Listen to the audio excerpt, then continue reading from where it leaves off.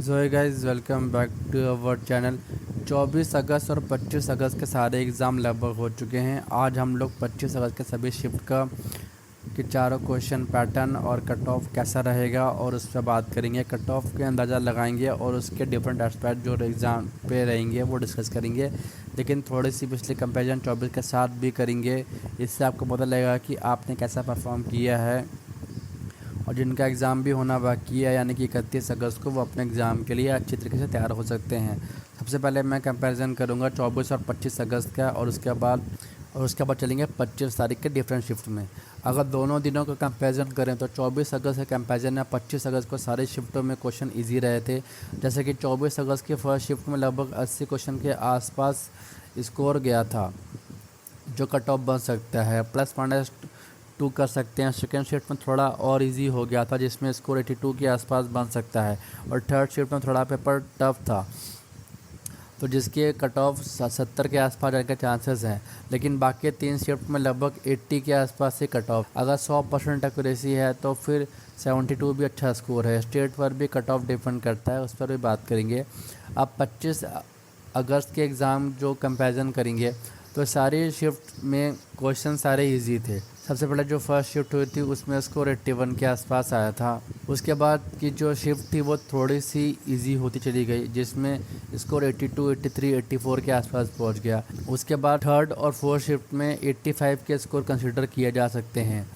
पहला शिफ्ट में 82 का स्कोर था। या सेफ स्कोर का मतलब क्या है? इन्हें नॉर्मलाइजेशन के बाद स्कोर ऊपर नीचे हो सकता है। जो पेपर इजी था उनका स्कोर कम हो जाएगा और जो टफ था उनका स्कोर बढ़ जाएगा। इस वजह से 24 और 25 शिफ्ट दोनों ही दिनों में 24 अगस्त के थर्ड शिफ्ट का स्कोर नॉर्मलाइजेशन करने के बाद हमें पता चलेगा कि 25 अगस्त के कंपैरिजन में 24 अगस्त में थोड़ा बहुत भी इंक्रीमेंट होगा, लेकिन 25 के स्कोर घट सकता है क्योंकि पेपर इजी था। जो स्टूडेंट ने बहुत अच्छे तरीके से तैयारी की थी उन्होंने 90 प्लस स्कोर अटैम्प्ट्स किए हैं और कुछ ने 90 प्लस भी किए हैं। लेकिन कट ऑफ टॉप करने वाला पर कोई बेस तय नहीं होता। जनरली लोग 500 के आसपास स्टूडेंट क्वालिफाई करेंगे और कट ऑफ उनको ध्यान में रख के तय नहीं होता, इसलिए कट ऑफ अलग अलग मैटर हो सकता है। अब मेन थोड़ा ध्यान रखेंगे कि अकॉर्डिंग टू जो रेंज बता सकते हैं, जो ऊपर वाले कट ऑफ स्टेट्स के हो सकते हैं। आज 25 अगस्त के लिए अगर फर्स्ट शिफ्ट में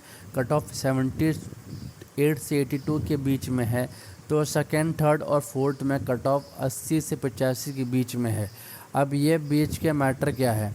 इसका मतलब ये है कि जो रेंज मैं बोल रहा हूँ जैसे कि 80 टू 85, तो ऊपर रेंज कुछ स्टेट में अप्लाई होगी जहाँ कट ऑफ ज़्यादा हो जाती है, जैसे कि पंजाब, उत्तराखंड, हिमाचल प्रदेश, राजस्थान, यूपी, हरियाणा।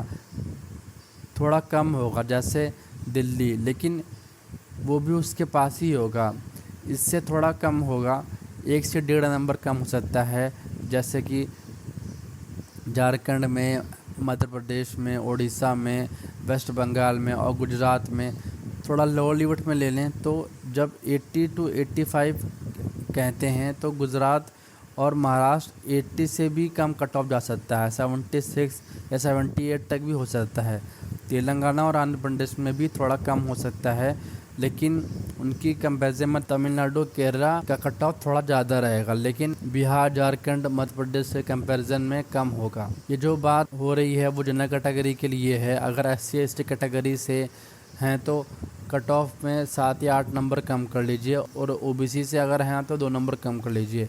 EWS के लिए भी 2 नंबर कम कर लीजिए। मतलब जनरल कैटेगरी या EWS जो या और OBC लगभग एक जैसे ही रहता है। और 25 अगस्त का एग्ज़ाम पैटर्न लगभग वैसा ही था। अब अगर शिफ्ट वाइज बताएं तो जैसे कि फर्स्ट शिफ्ट में सिंप्लीफिकेशन के अगर 10 क्वेश्चन आए थे और एक बार डी आई थी और टेबल दिया है, दोनों आए, और अर्थमेटिक के लगभग 15 क्वेश्चन आए, लेकिन एग्जैक्टली स्टूडेंट काउंट नहीं कर पाए। आप ऐसा समझिए कि सिंप्लीफिकेशन में 10 और अर्थमेटिक में 15 बोले तो शायद अर्थमेटिक में 13-12 हो सकते हैं, सिंप्लीफिकेशन के 12 क्वेश्चन हो सकते हैं।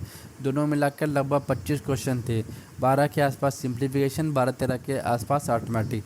तो ये पैटर्न लगभग सारे शिफ्ट में हमको देखने को मिला। जो सेकेंड शिफ्ट हुई उसमें 2 DI आई थी, एक DI थी और एक कैसलेट DI आई थी जो 3 नंबर का था। सिंप्लीफिकेशन के 12 क्वेश्चन हो गए। एक मिसिंग नंबर सीरीज़ भी थी जो अर्थमेटिक का 10 क्वेश्चन हो गया।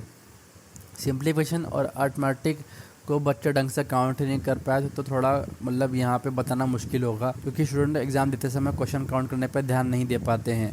अगर कैसेट DI के 3 क्वेश्चन आए थे तो ज़्यादा क्वेश्चन सिंप्लीफिकेशन या अर्थमेटिक में होते हैं, ये नेचर भी होता है। लेकिन सेकेंड शिफ्ट में एक DI और कैसेट DI थी और नंबर सीरीज़ भी आई। अगर थर्ड शिफ्ट की बात करें तो सिंप्लीफिकेशन के लगभग 12 क्वेश्चन आए और अर्थमेटिक के 13 क्वेश्चन आए। मिसिंग नंबर सीरीज़ भी थी और एक DI भी थी। तो फोर्थ शिफ्ट की बात करें तो फोर्थ शिफ्ट में भी सिंप्लीफिकेशन के 12 क्वेश्चन देने को मिले, अर्थमेटिक के 13 क्वेश्चन, और इसमें नंबर सीरीज़ नहीं थे लेकिन 2 DI और एक टेबल जिसके अंदर एक टेबल DI थी और एक लाइन ग्राफ DI थी। क्वेश्चन बहुत आसान थे सभी में और किसी का प्रॉब्लम नहीं हुई। जो थोड़ी सी प्रॉब्लम हुई है वो अर्थमेटिक में हुई है, इसलिए हाई स्कोरिंग है। लेकिन इजी क्वेश्चन होने से अच्छी सिचुएशन नहीं होती। खुश होने का कोई मतलब नहीं है, क्योंकि कट ऑफ बहुत ऊंचा नहीं जाएगा। एक्यूरेसी काफ़ी मैटर करेगी। अगर आपसे 4-5 गलतियां हुई हैं तो सब खत्म। 1-2 गलतियां चलेंगी लेकिन उससे ज़्यादा नहीं, इसलिए एक्यूरेसी बहुत इंपॉर्टेंट है। अगर क्वेश्चन पेपर टफ़ आता है तो स्टूडेंट को डर लगता है, लेकिन सच बात यह है कि टफ़ पेपर आने पर खुशी होनी चाहिए, क्योंकि कट ऑफ नीचे जाएगा। 24 अगस्त के थर्ड शिफ्ट को लेकर बच्चों ने काफ़ी कंप्लेन करी है, लेकिन वही शिफ्ट के बहुत सारे स्टूडेंट क्वालिफाई कर सकते हैं, क्योंकि शिफ्ट के कंपैरिजन करने के से नॉर्मलाइजेशन के बाद उनका स्कोर बढ़ जाएगा। लेकिन रियल में अगर आप देखें तो शिफ्ट वाइज सेक्शन का स्कोर देखा जाए तो नॉर्मलाइजेशन के बाद स्कोर ज़्यादा सेशन 24 अगस्त के थर्ड शिफ्ट होने वाले बच्चों का है। इस शिफ्ट के नॉर्मलाइजेशन के बाद मार्क्स बढ़ जाएंगे और कट ऑफ कम होगा, इसलिए जिन स्टूडेंट के ओरिजिनल मार्क्स थर्ड शिफ्ट में थे उनके मार्क्स बढ़ने के चांसेस ज़्यादा हैं।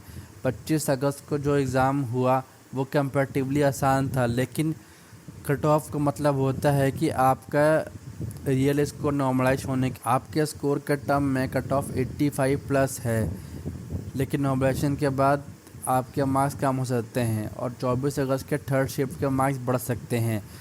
दूसरी शिफ्ट के भी 24 वाले मार्क्स बढ़ जाएंगे और 25 अगस्त वाले जो बच्चे थे उनके कम हो सकते हैं, और सब एक स्केल पे आ जाएंगे लगभग। डरने की ज़रूरत नहीं है। आपने मेहनत किया। क्वेश्चन पैटर्न और एग्ज़ाम पैटर्न पर नीचे होते रहते हैं। कभी नंबर सीरीज़ नहीं आता, जबकि वो सबसे आसान माना जाता है, और कभी डबल DI आ जाती है, जो दोनों ही इजी होते हैं। बस आप अपनी पढ़ाई पर कंसंट्रेट करिए। अर्थमेटिक क्वेश्चन से 12-13 क्वेश्चन ही आए थे और इन्हीं में से 10 से 13 क्वेश्चन भी आते हैं। जैसे कि फर्स्ट शिफ्ट में arithmetic question boat and stream, partnership, CISI, diamond work, percentage, average, mensuration और एज से आए थे। सेकेंड शिफ्ट में profit and loss, ages, diamond work, boat and stream, speed, time and distance, average के question आए थे। Shift 3 की बात करें तो percentage, age, time and work, profit and loss, SICI, average, boat and stream, mensuration, pipe and cisterns, mensuration और इन सब trains के क्वेश्चन आए थे। और फोर्थ शिफ्ट की अगर बात करें तो time and work, time and distance, simple interest, partnership, mensuration, boat and stream and profit and loss, average and decision proportion. एक बार फिर से कहेंगे कि 85 प्लस एक सेफ स्कोर है। आप किसी भी कैटेगरी से हों या फिर किसी भी शिफ्ट से, अगर आपके स्कोर 85 प्लस हैं और आपकी एक्यूरेसी 100% है तो आप मेंस की प्रिपरेशन अभी से स्टार्ट कर लीजिए।